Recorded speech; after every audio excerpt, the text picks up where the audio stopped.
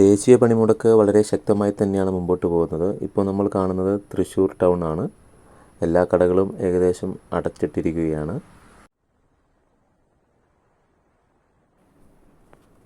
റോഡുകളിലും വാഹനങ്ങൾ വളരെ കുറവാണ്. ഇപ്പോൾ നമ്മൾ കാണുന്നത് തൃശ്ശൂർ പാലക്കാട് NH ഹൈവേ ആണ്. കുറഞ്ഞ പ്രൈവറ്റ് വാഹനങ്ങൾ മാത്രമാണ് കാണുന്നത്. മൊത്തത്തിൽ ഒരു ദേശീയ പണിമുടക്കിൻ്റെ സ്വഭാവമാണ് നമ്മൾ കണ്ടുകൊണ്ടിരിക്കുന്നത്.